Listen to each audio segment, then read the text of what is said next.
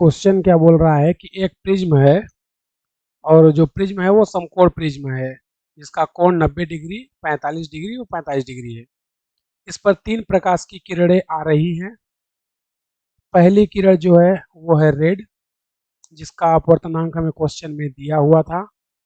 दूसरी किरण थी हमारे पास ग्रीन और तीसरी किरण थी हमारे पास वायलेट या बैगनी। तो ये बोलता है कि प्रेक्षक जो है वो प्रिज्म के दूसरी साइड से देखता है तो उसे कौन सा कलर दिखाई देगा। तो पहले ये देखते हैं कि इनका अपवर्तनांक क्या है। तो रेड वाले का अपवर्तनांक है 1.39, ग्रीन वाले का अपवर्तनांक है 1.4 और लास्ट वाले का है 1.49। तो अगर ये प्रकाश की किरणें चलेंगी प्रिज्म के अंदर तो वो बोलता है कि इनका पूर्ण आंतरिक अगर परावर्तन हो जाएगा तो प्रिज्म के अंदर ही रह जाएंगी और उनको प्रेक्षक को बाहर दिखाई नहीं देगा। तो जिनका पूर्ण आंतरिक परावर्तन नहीं होगा वो किरणें प्रिज्म से बाहर चली जाएंगी और प्रेक्षक को दिखाई देगा। तो हम लोग देखते हैं कि यहाँ पे कोण कितना बन रहा है 90 डिग्री और यहाँ पे कितना बन जाएगा 45 डिग्री। तो आपतन कोण आई का मान कितना हो गया 45 डिग्री। तो हम लोग पूर्णांतिक परावर्तन की कंडीशन क्या होती है कि आपतन कोण का मान क्रांतिक कोण से ज्यादा होना चाहिए, अर्थात साइन आई का मान साइन आई सी से ज्यादा होना चाहिए। तो हम लोग लिख सकते हैं आई ग्रेटर देन इक्वल आई सी। अब दोनों साइड देखेंगे तो हम लोग साइन का मल्टीप्लाई कर देंगे, या बोले आई का मान हमें पता है कितना 45 डिग्री ग्रेटर देन इक्वल आई सी, और दोनों साइड साइन का मल्टीप्लाई कर दें तो क्या हो जाएगा sine 45 degree greater than equal sine i c, या उसको 1/म्यू भी हम लोग लिख सकते हैं। तो साइन आई 45 डिग्री का मान होता है 1/√2, या बोले हम लोग म्यू ग्रेटर देन इक्वल क्या हो जाएगा √2। डायरेक्ट कर दे रहे हैं यहाँ पर कि ये हुआ कैसे, क्योंकि 45 डिग्री का मान कितना होता है 1/√2। तो 1/√2 तो म्यू क्या हो जाएगा ग्रेटर देन इक्वल √2। अब म्यू ग्रेटर देन इक्वल √2 है, √2 की वैल्यू होती है 1.414, या इसी को हम लोग बोल सकते हैं 1.42। तो हम लोग देखेंगे कि जो ग्रीन कलर है उसका अपवर्तनांक कितना है 1.414 या 1.42, यानी कि ऐसी किरण जिसका अपवर्तनांक 1.414 या उससे ज्यादा हो, तो उससे ज्यादा एक और है 1.49। तो इन दोनों का क्या हो जाएगा पूर्ण आंतरिक परावर्तन। और रेड का म्यू या अपवर्तनांक जो है वो कम है 1.41 से, कितना है 1.39। तो अगर 1.39 है तो इसका मतलब है कि इसका क्या हो जाएगा पूर्ण आंतरिक परावर्तन, और रेड का पूर्ण आंतरिक परावर्तन नहीं होगा। इसलिए प्रेक्षक को केवल और केवल रेड कलर दिखाई देगा, ग्रीन और वायलेट नहीं दिखाई देगा, क्योंकि उनका अपवर्तनांक जो है 1.414 के बराबर या उससे ज्यादा है। तो उनका क्या हो जाएगा पूर्ण आंतरिक परावर्तन। और जिनका पूर्ण आंतरिक परावर्तन हो जाता है वो किरण प्रिज्म के अंदर ही रह जाएगी, और जिनका पूर्ण आंतरिक परावर्तन नहीं होता है वो प्रिज्म से बाहर निकल जाएगी, अर्थात प्रेक्षक को लाल कलर या लाल रंग दिखाई देगा।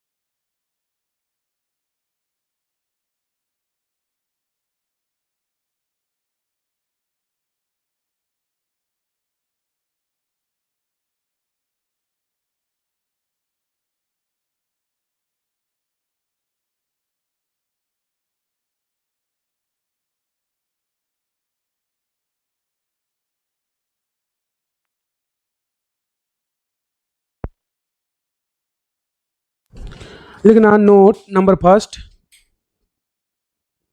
यदि प्रिज्म की दो सतहें यदि प्रिज्म की दो सतहें समांतर हो तो यदि प्रिज्म की दो सतहें समांतर हो तो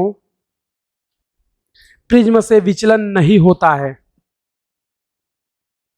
यदि प्रिज्म की दो सतहें समांतर हो तो प्रिज्म से विचलन नहीं होता है।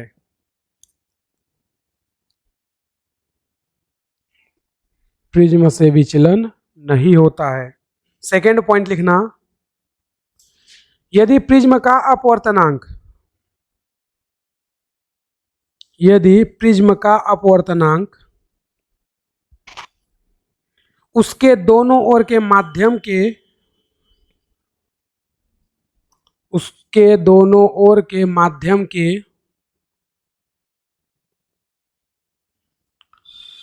अपवर्तनांक के बराबर हो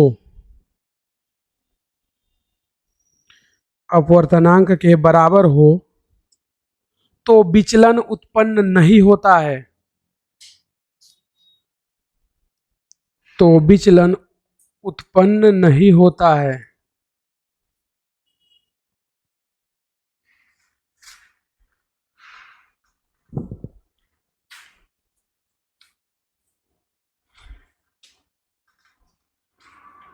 तीसरा पॉइंट लिखना,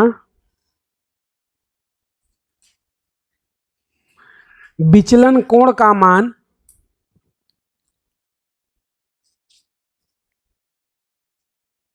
विचलन कोण का मान आपतन कोण पर निर्भर विचलन कोण का मान आपतन कोण पर निर्भर करता है। विचलन कोण का मान आपतन कोण पर निर्भर करता है।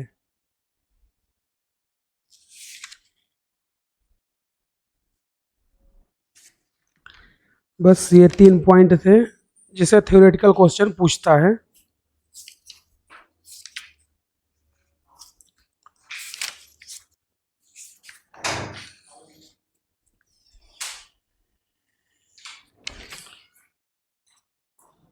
लिखना हेडिंग, वक्र सतह से अपवर्तन।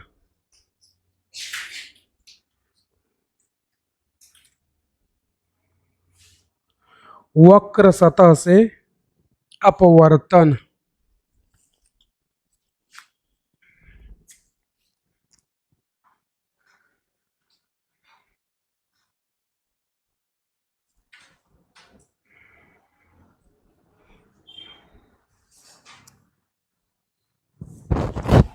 लिखना इसकी परिभाषा, गोलीय वक्र सतह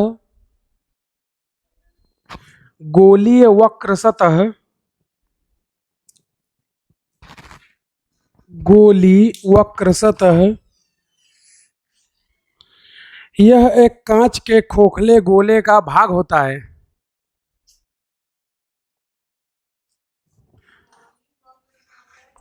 यह एक कांच के खोखले गोले का यह एक कांच के खोखले गोले का भाग होता है।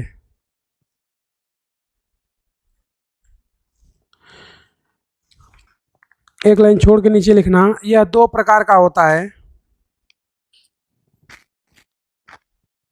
यह दो प्रकार का होता है। नंबर पहला, अवतल वक्र।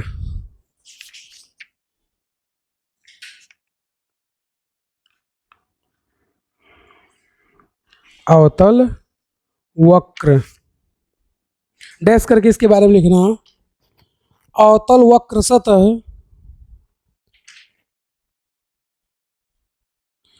अवतल वक्र सतह उस सतह को कहते हैं अवतल वक्र सतह उस सतह को कहते हैं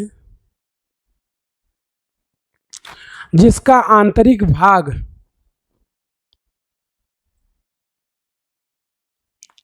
जिसका आंतरिक भाग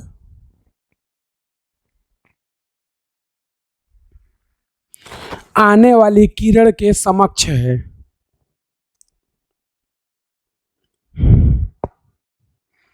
आने वाली किरण के समक्ष है। सेकेंड नंबर डालना, उत्तल वक्र। उत्तल वक्र, इसमें लिखना उत्तल वक्र सतह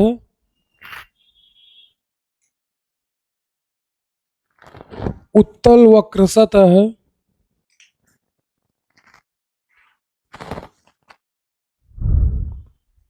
उस सतह को कहते हैं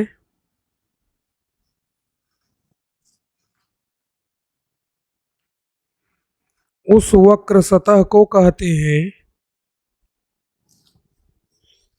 वक्र सतह को कहते हैं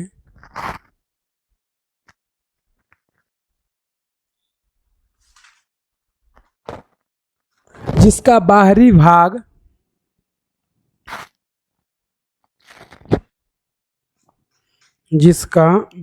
भाग आने वाली किरण के समक्ष हो।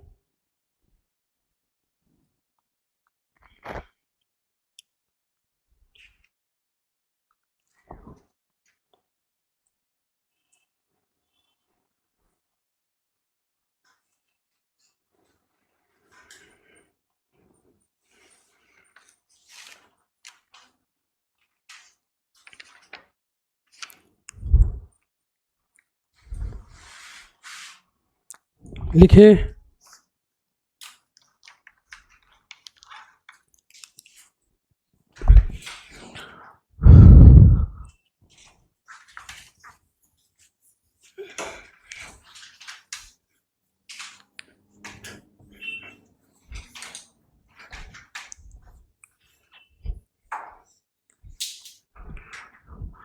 देखना हम लोग क्या पढ़ रहे हैं, वक्र सतह से अपवर्तन। तो वक्र सतह हमारा दो टाइप का होगा, एक तो होगा अवतल वक्र सतह और दूसरा होगा उत्तल वक्र सतह।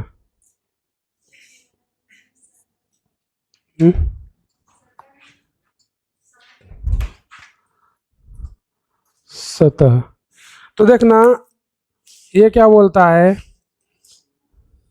कि ये जो होता है एक खोखली गोले कांच का भाग होता है और इसका जो वक्र सतह होता है वो आपतित किरण के समक्ष होता है। तो ये क्या हो जाएगा, अवतल वक्र सतह। इसके इस साइड का माध्यम कुछ और है जिसको हम लोग मान ले रहे हैं मीडियम 1, और कांच के अंदर का जो माध्यम है उसको मान ले रहे हैं मीडियम 2। उसी तरह अगर हम लोग उत्तल वक्र सतह की बात करें तो ये भी एक खोखले गोले का ही भाग होता है। इसके वक्र सतह पर प्रकाश की किरण इस तरह से आपतित होगी। इधर बाहर का जो माध्यम है उसको मान लेते हैं मीडियम 1 और जो कांच के अंदर का माध्यम है वो क्या है, मीडियम 2। तो ये हो जाएगा उत्तल वक्र सतह और ये होता है अवतल वक्र सतह। तो हम लोग क्या पढ़ रहे हैं, अपवर्तन। तो हम लोग देखना चाहते हैं कि वक्र सतह के वक्र सतह से अपवर्तन का सूत्र, वक्र सतह से अपवर्तन का सूत्र। तो हम लोग कोई भी एक वक्र ले रहे हैं, अवतल या उत्तल, ये उसका क्या हो जाएगा, ध्रुव, और इधर क्या हो जाएगी उसकी मुख्य अक्ष। तो यहाँ पर एक हम लोग क्या करते हैं, ऑब्जेक्ट या वस्तु रख दे रहे हैं जिसको हम लोग O से रिप्रेजेंट करेंगे और यहाँ से प्रकाश की किरण चलेगी। और ये दर्पण नहीं है, ये क्या है, वक्र सतह है, तो प्रकाश का इस बार अपवर्तन होगा ना कि परावर्तन। तो जब विरल से सघन पर जाएगी यानी इस पर टकराएगी तो अभिलंब की ओर झुक जाएगी, तो ये प्रकाश की किरण कुछ ऐसे चली जाएगी। तो यहाँ पर उसका क्या बन जाएगा, इमेज, जिसको आई से रिप्रेजेंट करेंगे। यहाँ से यहाँ की दूरी क्या होती है, u, यहाँ से यहाँ की दूरी क्या होती है, v। ये इस साइड होगा, ये मान लेते हैं कि उसका क्या है, वक्रता केंद्र। इस साइड क्यों होगा, क्योंकि इस गोले का केंद्र इधर रहा होगा। अगर उस साइड करते तो इसका मतलब कि गोले का केंद्र इधर है, तो जब अवतल होगा तो इस साइड में होगा, जब उत्तल होगा तो अंदर में होगा। तो यहाँ पर हम लोग देखेंगे इधर का जो माध्यम है उसको हम लोग ले रहे हैं मीडियम फर्स्ट, और अपवर्तनांक इसका क्या है, μ1। इधर का जो माध्यम है वो है मीडियम 2 और अपवर्तनांक μ2। तो ऐसा नहीं है, कांच के इस साइड जो भी होगा उसको माध्यम 1 मानेंगे, कांच के इस साइड जो होगा उसका माध्यम 2 मानेंगे। तो दोनों का अपवर्तनांक अलग अलग होगा। तो इसका जो सूत्र आता है वो कैसे आता है वो हमें याद नहीं रखना है, जो सूत्र है केवल हमें वो याद रखना है। तो सूत्र इसका लिखोगे कैसे, ये ध्यान रखना, जहां पर इमेज बनता है उसका अपवर्तनांक, तो इमेज कहाँ बन रहा है, μ2 बटे इमेज का दूरी माइनस जहां वस्तु रखी है उसका अपवर्तनांक μ1 बटे वस्तु की दूरी बराबर μ2 माइनस μ1 बाई आर। तो अब देखोगे तो जनरली हमारी वस्तु जो होती है वो कहाँ रखी रहती है, विरल माध्यम में। तो उस समय विरल माध्यम में यानी वायु में है तो μ1 का मान 1 ले सकते हो, लेकिन हम लोग 1 नहीं ले रहे हैं। क्यों, क्योंकि इस फार्मूले से क्या होगा, सिंपल सा, जहाँ प्रतिबिंब बनता है उसका अपवर्तनांक बटे प्रतिबिंब की दूरी, दूसरा क्या, जहाँ वस्तु रखी है उसका अपवर्तनांक बटे वस्तु की दूरी बराबर μ2 माइनस μ1 बटे आर। तो ये हमारा है वक्र सतह से अपवर्तन का सूत्र। तो इसको इसी तरीके से याद रखना, ये मत याद रखना μ2 बट्टे बी माइनस μ1 बट्टे यू। याद क्या रखना है, जहां वस्तु रखी है उसका सॉरी जहां प्रतिबिंब बनता है उसका अपवर्तनांक बटे प्रतिबिंब की दूरी माइनस जहां वस्तु रखी है उसका अपवर्तनांक बटे वस्तु की दूरी। क्योंकि ये जब लिखोगे ना आगे तो ये चेंज होता रहता है, तो ये फार्मूला अगर याद कर भी लोगे तो ये चेंज हो जाएगा कहीं पर। तो सिंपल तरीका क्या है कि जहां प्रतिबिंब बनता है उसका अपवर्तनांक बटे प्रतिबिंब की दूरी, जहां वस्तु बनती है उसका अपवर्तनांक बटे वस्तु की दूरी माइनस μ2 माइनस μ1 बटे आर। अब चाहे ये वायु हो, पानी हो, कांच हो, उससे फर्क नहीं पड़ता है, इसलिए हम लोग इसको अभी ऐसा मान रहे हैं कि ये माध्यम 1 है और ये माध्यम 2 है। तो ये हमारा अपवर्तन का सूत्र आ जाएगा किसी वक्र सतह से।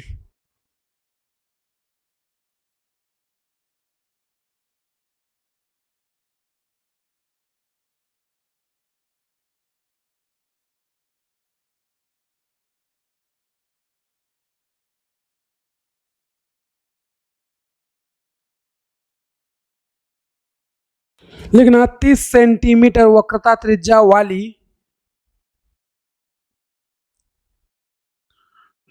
30 सेंटीमीटर वक्रता त्रिज्या वाली उत्तल सतह के द्वारा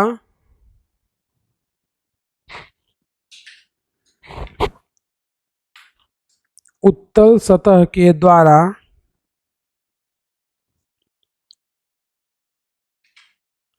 वायु को कांच से पृथक्कृत किया गया है। वायु को कांच से पृथक्कृत किया गया है।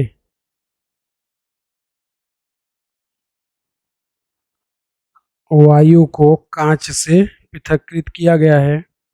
यदि वायु में 15 सेंटीमीटर पर यदि वायु में 15 सेंटीमीटर पर वस्तु हो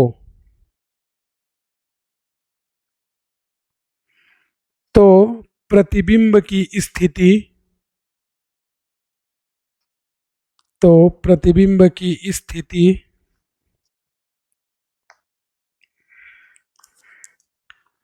व प्रकृति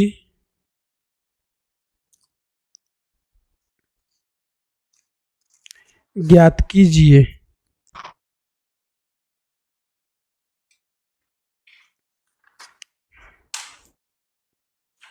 सॉल्व करो।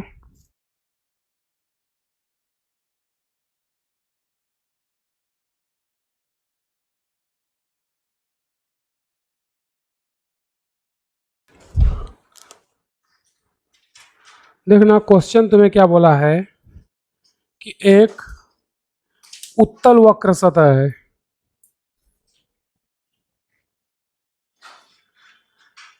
इस उत्तल वक्र सतह से तुम्हें बोल रहा है कि एक वस्तु है जिसकी दूरी ऑब्जेक्ट या वस्तु और इधर पर इमेज या प्रतिबिंब, और इधर माध्यम है वायु जिसको ले रहे हैं हम लोग μ1, इधर है माध्यम कांच जिसको ले रहे हैं μ2। तुम्हें वस्तु की दूरी कितना दिया है? 15 सेंटीमीटर। प्रतिबिंब की दूरी तुमसे भी पूछ रहा है, और क्या दिया है? त्रिज्या दिया है r कितना? 30 सेंटीमीटर। देखोगे इसकी त्रिज्या क्या होगी? प्लस में, क्योंकि जब वस्तु को यहाँ रखेंगे तो प्रकाश की किरण इधर से चलेगी और इसका त्रिज्या भी अंदर ही आएगा, तो त्रिज्या r क्या हो जाएगा? प्लस। तो हम लोग फार्मूला क्या लगाएंगे?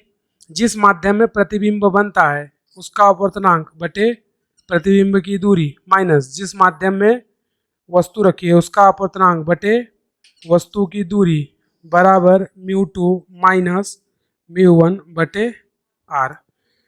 तो वस्तु जहाँ पे रखी है, प्रतिबिंब जहाँ बनता है वो क्या है? कांच। कांच का अपवर्तनांक 3/2 बटे v माइनस जहाँ पे वस्तु रखी है वो क्या है? वायु। वस्तु की दूरी कितना है? 15।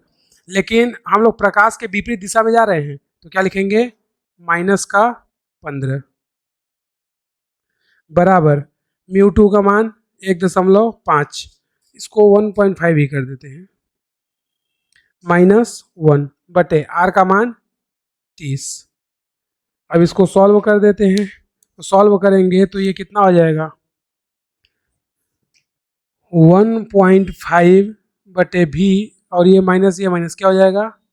प्लस 1/15 बराबर ये कितना बचेगा?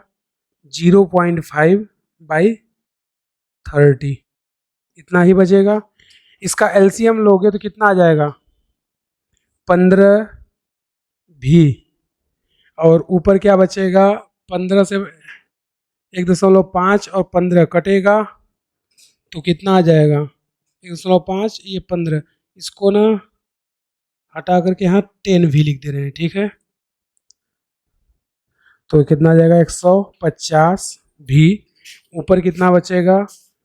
ये 15 और उधर 10, तो 15 से 15 कटेगा, कितना बचेगा? 10 भी प्लस 15 से 15 कटेगा 10/15, सॉरी 15 भी, और इधर 10 बराबर कितना आ जाएगा? 5/300, इसको लिख सकते हैं। इसके पॉइंट को हटाएंगे तो नीचे एक 0 लगा देंगे, तो ऊपर कितना आ जाएगा?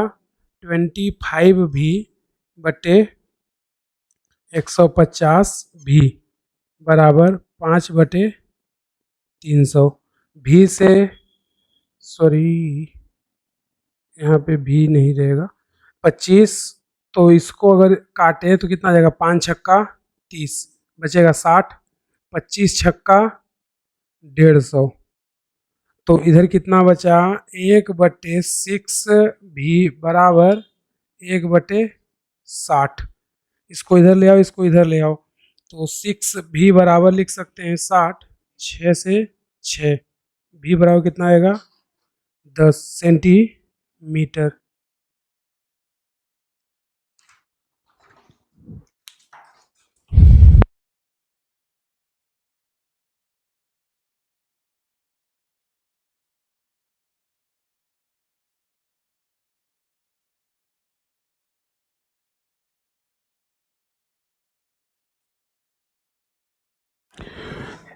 एक दशमलव पाँच अपवर्तनांक वाले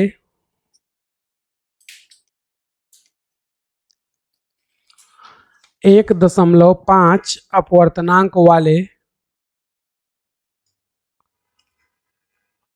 1.5 अपवर्तनांक वाले एक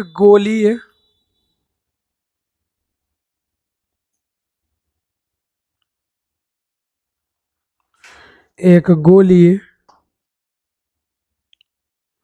वक्र के सतह पर एक गोलीय वक्र के सतह पर बिंदु वस्तु रखी गई है। बिंदु वस्तु रखी गई है।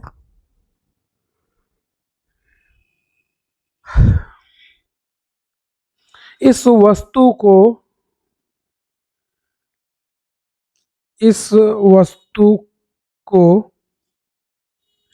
व्यासाभिमुख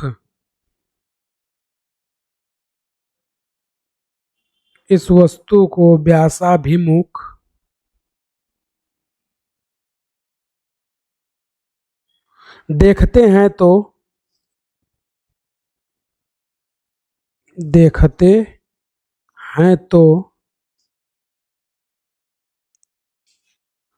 रेखीय आवर्धन का मान ज्ञात कीजिए।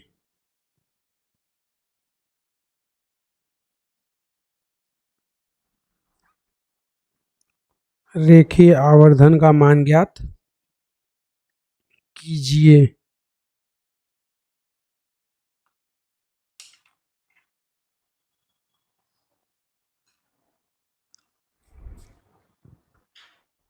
करो सॉल्व।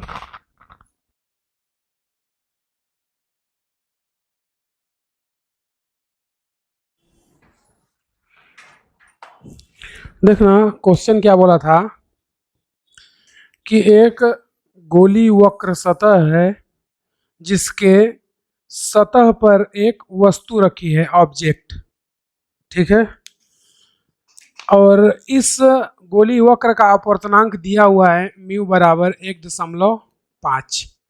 तो अगर यहाँ पर वस्तु रखी हुई है तो इससे प्रकाश की किरणें चलेंगी।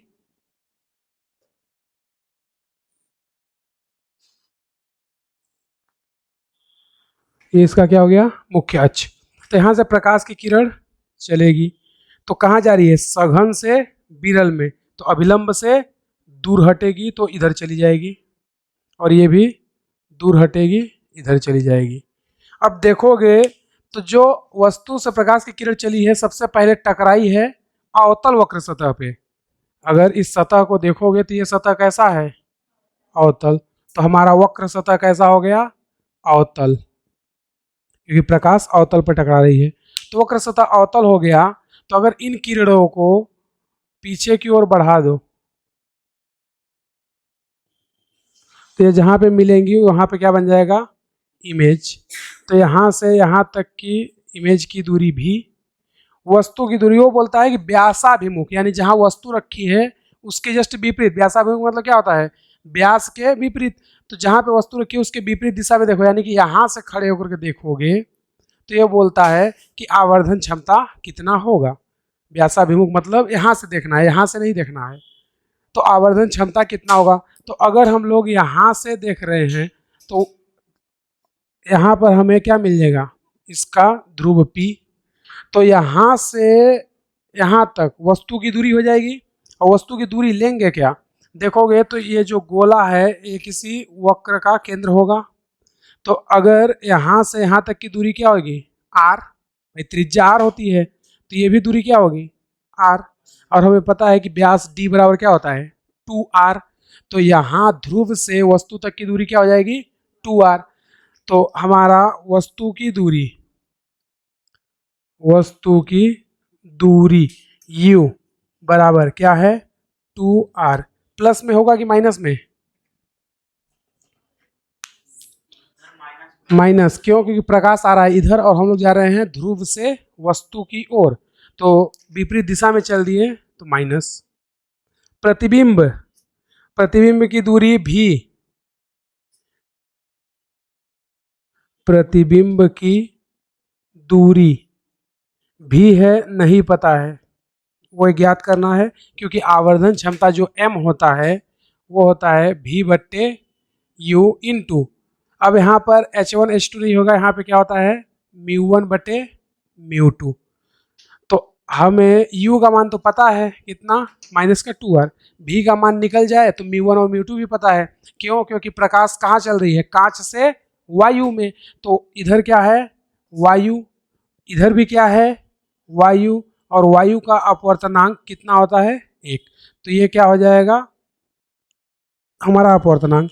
तो अब हम लोग इसको v का मान निकालते हैं। तो हमारे पास सूत्र क्या है, जिस माध्यम में प्रतिबिंब बनता है उसका अपवर्तनांक कितना μ2 बटे प्रतिबिंब की दूरी बटे v माइनस जहां वस्तु रखी है उसका अपवर्तनांक बटे वस्तु की दूरी बराबर μ2 माइनस μ1 बटे r। तो वह प्रतिबिंब कहाँ बन रहा है वायु में, तो वायु का अपवर्तनांक 1 बटे b माइनस μ1 कहाँ वस्तु रखी है 1.5 बटे वस्तु की दूरी कितनी है माइनस का 2r। किसी को दिक्कत? μ2 का मान, μ2 हम लोग किसको लिए हैं जहां वस्तु प्रतिबिंब बनता है, यानी 1 माइनस 1.5 r ही रहेगा। ठीक है। अब देखोगे तो हमारा जो वक्रता त्रिज्या है, हमारा सतह कैसा है अवतल, तो वक्रता त्रिज्या क्या होगी प्लस में कि माइनस में? माइनस में, क्योंकि हम लोग प्रकाश के क्या जा रहे हैं विपरीत। वक्रता त्रिज्या यहाँ से यहाँ तक की दूरी, प्रकाश आ रही है इधर। तो अब इसको देखोगे तो ये कितना हो जाएगा 1 बट्टे भी, ये माइनस और माइनस क्या हो जाएगा प्लस 1.5/2r बराबर ये कितना हो जाएगा माइनस का 0.5/-r। तो माइनस से माइनस कट जाएगा। आगे इसको सॉल्व करेंगे तो 1 बट्टे भी बराबर ये प्लस में इस पार ले जाएंगे तो माइनस में, ये कितना आ जाएगा 0.5/r प्लस माइनस 1.5/2r, ऐसा लिख सकते हैं। तो यहाँ से 1 बटे भी बराबर यहाँ पर क्या करें 2r स्क्वायर, तो एक r से एक r कटेगा, बचेगा कितना 2r, 2r का इसमें मल्टीप्लाई कर देंगे कितना हो जाएगा r। भाई r को इससे डिवाइड करो कितना बचेगा 2r, 2r का इसमें मल्टीप्लाई करोगे तो कितना आ जाएगा r आएगा। भाई 2 का 0.5 में मल्टीप्लाई करोगे तो 1 होता है, r है ही, माइनस अब 2r से 2r को डिवाइड करो तो बचेगा कितना केवल r, r का इससे मल्टीप्लाई करो तो कितना बचेगा 1.5r। तो r माइनस 1.5r ये कितना बचेगा 0.5r, 1/v बराबर 0.5r लेकिन माइनस में बटे 2r स्क्वायर, एक r से एक स्क्वायर कट जाएगा, 1/v बराबर 0.5/2r वो भी माइनस का। इसको अगर आगे सॉल्व करेंगे तो इसको क्या लिख सकते हैं 1/4। अरे यार 0.5 को 1.2 नहीं लिख सकते 1/2। तो अगर 0.5 को हम लोग ऐसे लिख दें 1/v बराबर माइनस 1/2 इंटू 2r है ही, तो कितना आ जाएगा 1/v बराबर माइनस 1/4r। तो v बराबर कितना आ जाएगा -4r। ये v का मान आया, हमसे v वो थोड़ी पूछा है प्रतिबिंब कहाँ बनता है, वो तो हमसे आवर्धन क्षमता पूछ रहा है m। तो m में मान रख देते हैं m बराबर v का मान कितना है -4, u का मान कितना है -2r, वहां पे लिखा है, इनटू μ1 का मान μ1। अब μ1 किसको माने हैं हम लोग, देखोगे μ1 कहाँ है, जहां सॉरी μ1 जहां वस्तु है, यानी कि 1.5 बटे 1, तो माइनस से माइनस कट जाएगा, 2r से 4r कट जाएगा, कितना बचेगा 2, 2 का 1.5 से मल्टीप्लाई करोगे तो कितना आ जाएगा 3, तो आवर्धन क्षमता m कितना आ जाएगा 3, तो आंसर 3 होगा।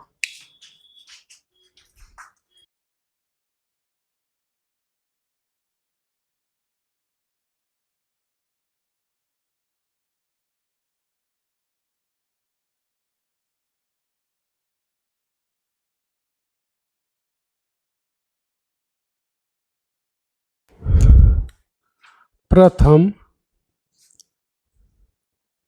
मुख्य फोकस रिप्रेजेंट करेंगे F1 से। तो देखना, प्रथम मुख्य फोकस किसी भी लेंस को ले लो, किसी भी वक्र सतह को ले लो, चाहे वो अवतल हो या उत्तल, उससे कोई दिक्कत नहीं है। ये बोलता है कि प्रथम मुख्य फोकस, यहाँ पर क्या करते हैं कि एक हम लोग ले रहे हैं ऑब्जेक्ट या वस्तु, तो यहाँ से क्या होगा, प्रकाश की किरणें चलेंगी और अपवर्तन के बाद ये लोग ऐसे निकल देंगी, और देखोगे तो ये किरणें कहाँ मिलेंगी जाकर के, अनंत पर, क्योंकि दोनों जब किरणें समांतर हैं तो अनंत पर मिलेंगी, या बोले कभी मिलेंगे ही नहीं। तो अगर किसी वस्तु को कहाँ रख दें, प्रथम फोकस पे, तो अपवर्तन के पश्चात उसका प्रतिबिंब अनंत पे बनता है, तो उसको हम लोग क्या बोलते हैं, प्रथम मुख्य फोकस। तो यहाँ पर हम लोग वस्तु को कहाँ रख दे रहे हैं, यानी कि यहाँ से ये जो दूरी है इसको हम लोग क्या बोल रहे हैं, F1, ठीक है। तो जब वस्तु को प्रथम मुख्य फोकस पे रखते हैं तो उस वस्तु का प्रतिबिंब अनंत पे बनता है, तो उसको बोलते हैं प्रथम मुख्य फोकस। अर्थात इसके लिए वस्तु की दूरी u बराबर क्या हो जाएगा, -F1, क्यों, क्योंकि हम लोग प्रकाश के विपरीत दिशा में जा रहे हैं, और प्रतिबिंब की दूरी भी क्या हो जाएगी, अनंत, क्योंकि प्रतिबिंब कहाँ बनेगा, अनंत पर। तो परिभाषा क्या बताएंगे कि एक ऐसा बिंदु जहां पर वस्तु रखने पर प्रतिबिंब कहाँ बनता है, अनंत पर, उसको क्या बोलते हैं, प्रथम मुख्य फोकस।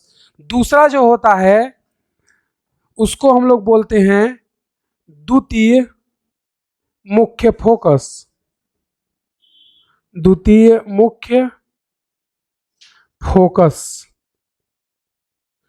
रिप्रेजेंट करेंगे F2 से। तो द्वितीय मुख्य फोकस सतह कोई भी ले लो, उससे दिक्कत नहीं है। अब द्वितीय मुख्य फोकस, तो ये क्या हो जाएगा, ध्रुव।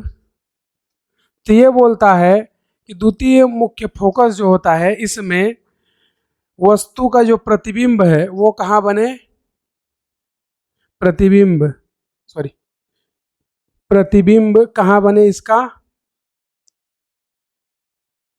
द्वितीय फोकस पर।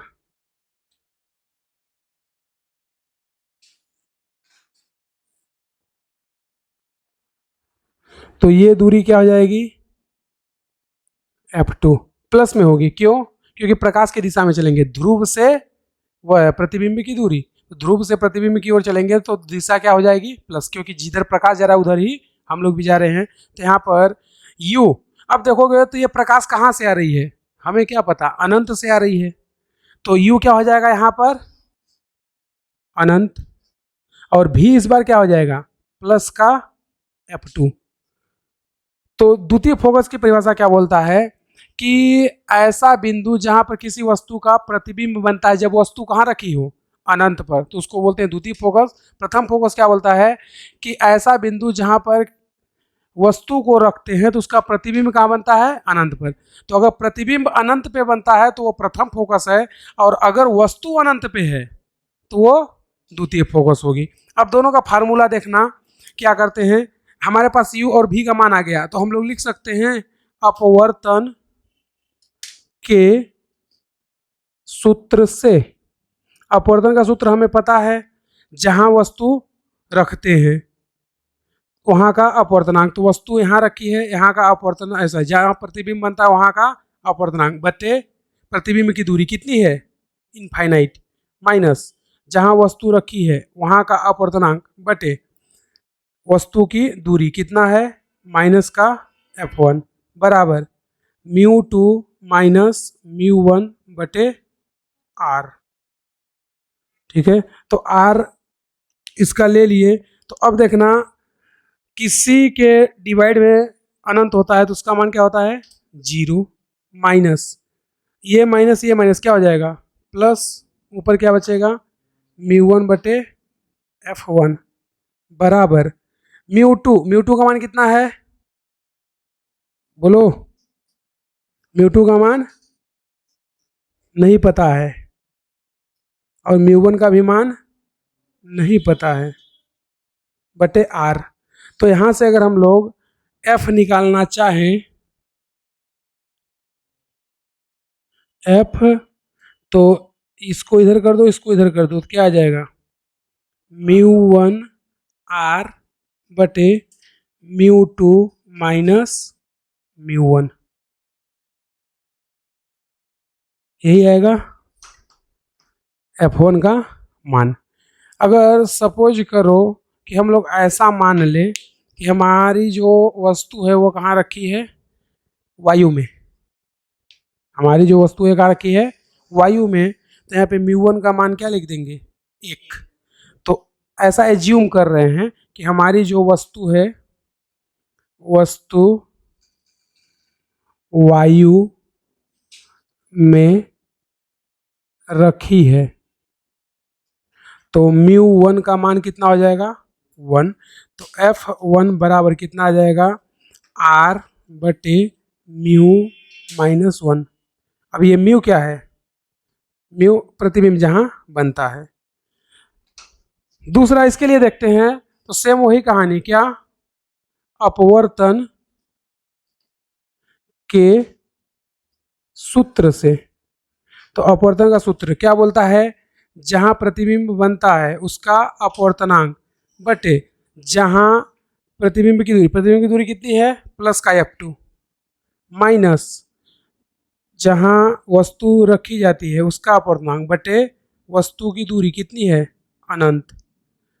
अब माइनस अनंत करो प्लस अनंत करो उससे कोई फर्क नहीं पड़ता है, बराबर μ2 माइनस μ1 बटे R। तो ये राशि क्या हो जाएगी, 0। तो अब 0 हो जाएगी, तो ये माइनस रहे या ना रहे कोई फर्क नहीं पड़ता। तो यहाँ पे क्या लिख देंगे, μ2 बटे F2 बराबर μ2 माइनस μ1 बाई R। तो इसको पूरा रिवर्स कर दे तो क्या हो जाएगा, F2 बराबर, इसको इधर कर दे रहे हैं, इसको इधर, तो आ जाएगा, देखना क्या, μ2 इंटू R बटे μ2 माइनस μ1। ये हो गया द्वितीय फोकस का सूत्र। लेकिन सपोज करो कि अगर हमारा वस्तु कहाँ हो, वायु में, अगर वस्तु वायु में है तो μ1 का मान कितना मानेंगे, 1। तो F2 बराबर क्या हो जाएगा, μR बटे म्यू माइनस 1। तो देखोगे तो ये हमारा F2 का फार्मूला हो गया। और यहाँ से अगर हमसे कोई पूछ दे F1 व F2 में संबंध, तो तुम लोगों को दिख रहा होगा ये वैल्यू F1 है, R by mu minus 1 F1 है। तो यहाँ से लिख सकते हैं हम लोग F2 बराबर म्यू F1, पहला चीज। दूसरा हम लोग क्या बोल सकते हैं कि अगर F1 बटे F2 पूछ दे, F1 बटे F2 या F2 बटे F1, तो क्या आ जाएगा, ओनली म्यू। तो इससे तुम्हें दोनों भी संबंध निकाल सकते हो।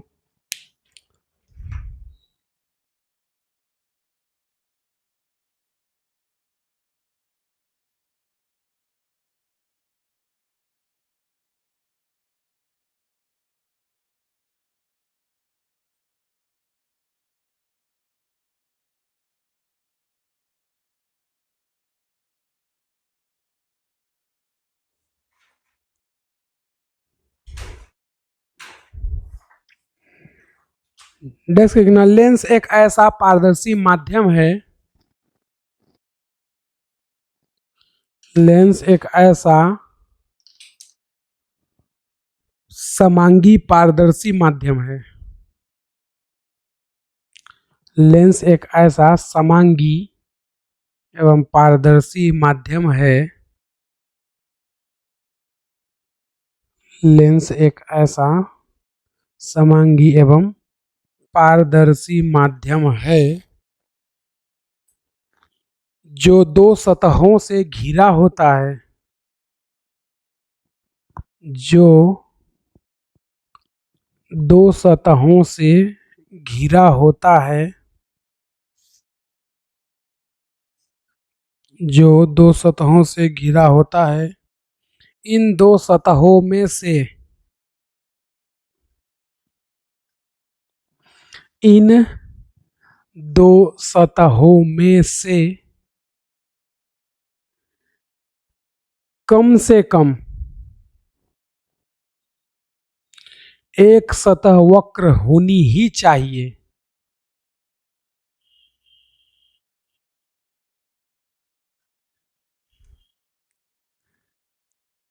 इन दोनों सतहों में से कम एक सतह वक्र होनी ही चाहिए।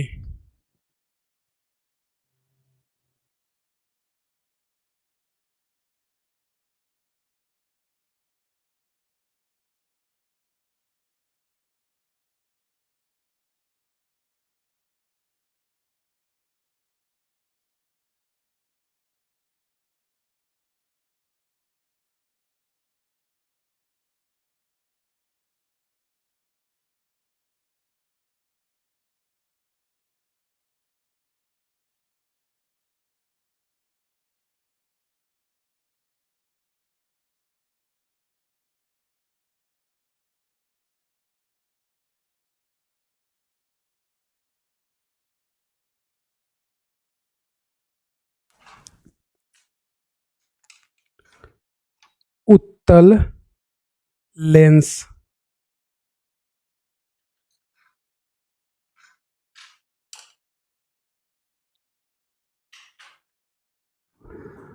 तो उत्तल लेंस का मतलब क्या है कि इसका एक सतह कैसा होना चाहिए, उभरा हुआ या उत्तल होना चाहिए, क्योंकि पहले ही डेफिनेशन में क्या बताया है कि ऐसा लेंस या फिर बोले लेंस ऐसा एक माध्यम है जिसमें एक सतह वक्र होनी ही चाहिए, दोनों हो ज़्यादा अच्छा है लेकिन एटलीस्ट एक होना ही चाहिए। तो अगर एक सतह वक्र नहीं रहेगी तो फिर वो लेंस नहीं कहलाएगा। तो एक समतल हो सकती है लेकिन एक वक्र या कर्व होना चाहिए, अगर दोनों कर्व है तो ज़्यादा अच्छा है। तो जो उत्तल लेंस होता है उसके भी बहुत सारे प्रकार होते हैं, तो हम लोग लेंस के प्रकार को देख लेते हैं। तो उत्तल लेंस बोला है, इसका मतलब क्या है कि इसकी या तो दोनों सतह कैसी हो, कर्व हो यानी कि उत्तल हो, या एक सतह उत्तल हो, दो में से एक होना चाहिए। अगर दो में से एक है तो ही वो उत्तल कहलाएगा, अदरवाइज नहीं कहलाएगा। यानी कि एक सतह कर्व होनी ही चाहिए, चाहे वो उत्तल लेंस हो या अवतल लेंस हो। तो देखना, उत्तल लेंस के प्रकार की अगर हम लोग बात करें, उत्तल लेंस, तो उत्तल लेंस में एक ये लेंस होता है जो तुम लोग अपनी ज़िंदगी में पढ़ते आ रहे हो और हमेशा पढ़ते ही रहोगे। इसको क्या बोलते हो, बोलो?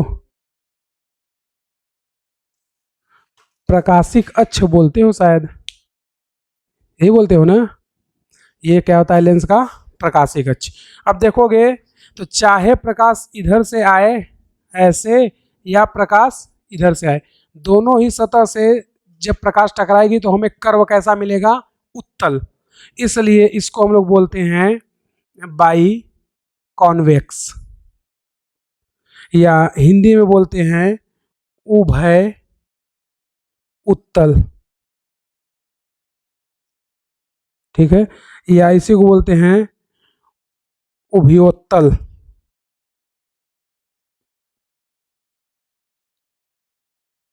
ठीक है, तो इसी को बोलते हैं, जो तुम लोग जनरली पढ़ते हो उत्तल लेंस, हमेशा ऐसा पढ़ते हो, लेकिन ऐसा ही हो जरूरी नहीं है। दूसरा, अगर हम लोग उत्तल लेंस बनाएं,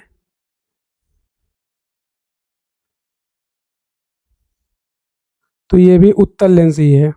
इसकी एक सतह कैसी है, समतल, दूसरी सतह कैसी है, उत्तल।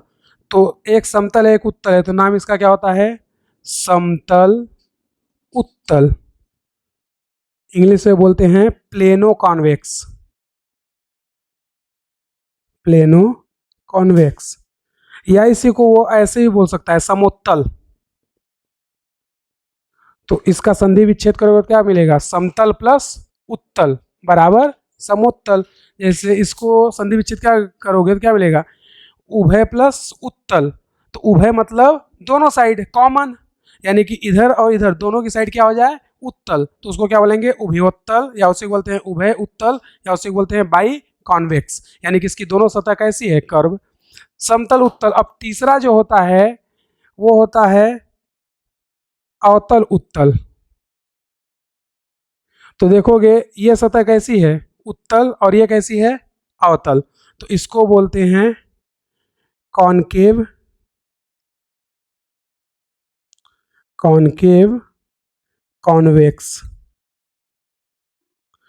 या हिंदी में इसको क्या बोलेंगे, अवतल उत्तल। तो ये थ्री टाइप्स का पॉसिबिलिटी हो सकता है, इसके अलावा और कोई पॉसिबिलिटी नहीं बनती है। एक क्या हो गया, दोनों उत्तल, एक क्या हो गया, समतल उत्तल, एक क्या हो गया, उत्तल अवतल। इसके अलावा कोई पॉसिबिलिटी अगर तुम सोचते हो तो इन्हीं तीनों में से कोई आएगा। तुम्हारे दिमाग में ऐसा चल सकता है कि इसको सर कर दीजिए ऐसे, ये वही है, बस उसको उल्टा कर दिया गया है, या इसको ऐसे कर दो, ये वही है, बस उल्टा कर दिया गया है। तो ये तीन पॉसिबिलिटी बन सकती है कि दोनों उत्तल हो जाए, एक समतल हो जाए, और एक अवतल हो जाए। इसके अलावा कोई पॉसिबिलिटी नहीं बनती है। तो उत्तल लेंस के थ्री टाइप्स, उसी तरह अवतल लेंस के भी थ्री टाइप्स होंगे। अवतल लेंस, तो अवतल लेंस के भी तीन प्रकार होंगे। पहला, जो तुम लोग हमेशा पढ़ते हो, इसको क्या बोलेंगे, बाई कॉनकेव। हिंदी में क्या बोलते हैं,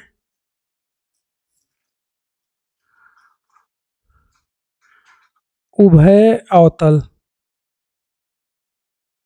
उभय अवतल।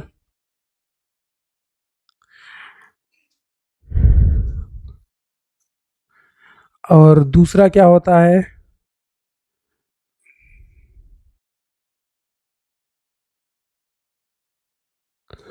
तो ये सतह कैसा हो गया, अवतल, ये कैसा हो गया, उत्तल, तो इसको क्या बोलते हैं, उत्तल अवतल। और तीसरा,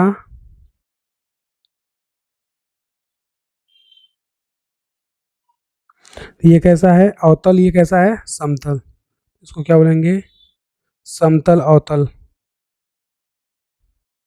समतल अवतल। एक साथ इसी को बोलते हैं समतलावतल।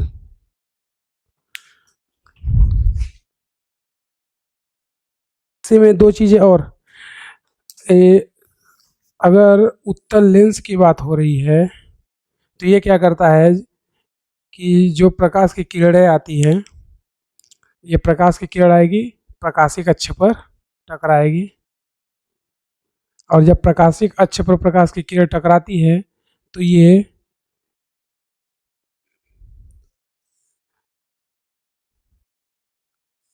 एक जगह पर मिलेंगी, और जिस जगह पर मिलेंगी ये पता हो तो प्रतिबिंब का बिंदु है, क्योंकि प्रकाश कहाँ से आ रही है, अनंत से। तो सभी किरणें एक जगह सिमट गई, तो इसको क्या बोलते हैं, अभिसारी। इंग्लिश में बोलते हैं कन्वर्जेंट। और जो उत्तल लेंस होता है, सॉरी अवतल होता है,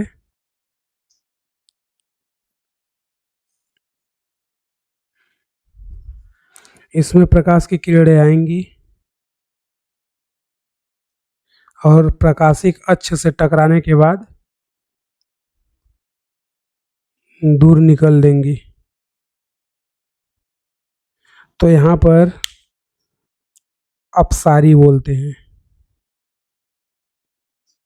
इंग्लिश में बोलते हैं डाइवर्जेंट, यानी कि अपने मार्ग से क्या हो जाती हैं, डाइवर्ट हो जाती हैं।